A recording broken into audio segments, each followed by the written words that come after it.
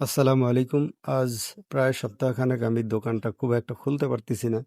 কারণ মাঠে কিছু কাজ ছিল, ধানের জমিতে অনেক প্রচুর পরিমাণে আগাছা হয়েছে। তো সেগুলো পরিষ্কার করতে হচ্ছে।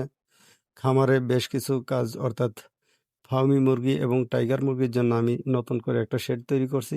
সো সেটা করতে গিয়ে অনেক সময় লাগছে। তো দোকান ঠিকভাবে খুলতে পারিনি। এরই ফাঁকে দোকানটা প্রায় ইঁদুরের আন্ডারে চলে গেছে। দেখতেই পাচ্ছেন যে বিস্কুটগুলো কিভাবে কাটছে। শুধু বিস্কুটই কাটেনি, দেখেন সামনে আমি দেখাচ্ছি যে এই যে বক্সটা অর্থাৎ কার্টুনটা, এই কার্টুনটার ভিতরে আমি অনেকগুলো লাচ্ছা সেমাই রাখছিলাম। তো লাচ্চাগুলো দেখেন কিভাবে কাটছে। মানে একদম কুচি, কুচি করে কেটে শেষ করে ফেলেছে। কতকগুলো প্যাকেটে একদমই নাই। লাচ্ছা শেষ করে ফেলেছে। দেখতে পাচ্ছেন এই প্যাকেটে একটুকু মানে বিন্দু মাত্রও নেই। ভিতরে সবগুলো প্যাকেট কাটছে। অনেকগুলো প্যাকেট কাটছে। প্রত্যেকটা প্যাকেট একটু একটু কাটাই আছে।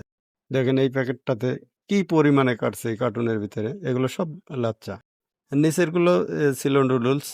সেগুলো আমি ফেলে দিছি। আসলে ওগুলো আপনারা দেখাতে পারিনি। রাগ করে অনেক আমি বেশ কিছু জিনিস ফেলে দিছি। তারপরে ভাবলাম যে আসলে দেখাই আপনাদের ভিডিওটা। তো তাই শেষ পর্যন্ত এই ভিডিওটা করতে দেখেন এই কার্টুনটাতেও বেশ কিছু কার্টুন নুডলস ছিল যেগুলো আমি ফেলে দিছি। ওগুলো আপনাদের আসলে দেখাতে পারতেছি না। এই যে বড়, বড় খাতাগুলো, এই খাতাগুলো সব কেটে ফেলেছে। এই নিচের খাতাগুলো আপনারা দেখতে পাচ্ছেন কিছু, কিছু হয়তো ভালোভাবে দেখতে পাচ্ছেন না। প্রচুর পরিমাণে এখানে খাতা বেশ কিছু খাতা ছিল, অনেক খাতা ছিল। দেখেন কিভাবে কাটছে। এই যে উপরে যে খাতাগুলা, এগুলো সব টালি খাতা, বড়, বড় খাতা আছে। এই দেখেন কাটছে। কিভাবে কেটে ফেলেছে। প্রচুর পরিমাণে আসলে বর্তমানে বেশ কয়েকদিন যাবত ইঁদুরের এত পরিমাণে অত্যাচার হয়েছে যেটা বলার মতো না আসলে। ভাষায় প্রকাশ করতে পারছি না।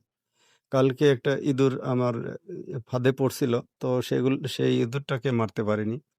আমি ওটাকে বস্তার ভিতরে ঢোকাচ্ছিলাম। কিন্তু হঠাৎ করে সেটা বের হয়ে গেল।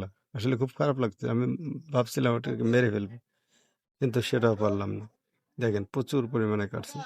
শুধু এটাই না, চাউলের বস্তা এবং মুড়ির বস্তা মাঝে মধ্যেই কাটে, যেগুলো নিয়মিত হয়ে দাঁড়ায়। আরও অনেক বস্তা ফিডের বস্তাগুলো কাটে। ফিডের বস্তাগুলো অবশ্য আজকে কাটেনি গো। এর আগে অনেকগুলো বস্তা ফিডের বস্তা কেটে ফেলেছে। এরপর থেকে আমি অবশ্য আর ফিড বেশি করে কিনিনি, অর্থাৎ এইগুলো স্টক করি না। কারণ এটা লাভের চেয়ে লসটাই বেশি হয়।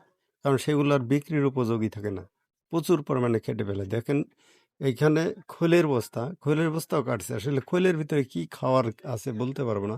সেগুলো কেটে ফেলে। মনের ভিতর খুব খারাপ লাগছিল, তাই আপনাদের সাথে শেয়ার করলাম। তো সবাই ভালো থাকুন, সুস্থ থাকুন। আসসালামু আলাইকুম ওয়া রাহমাতুল্লাহি ওয়া বারাকাতুহু।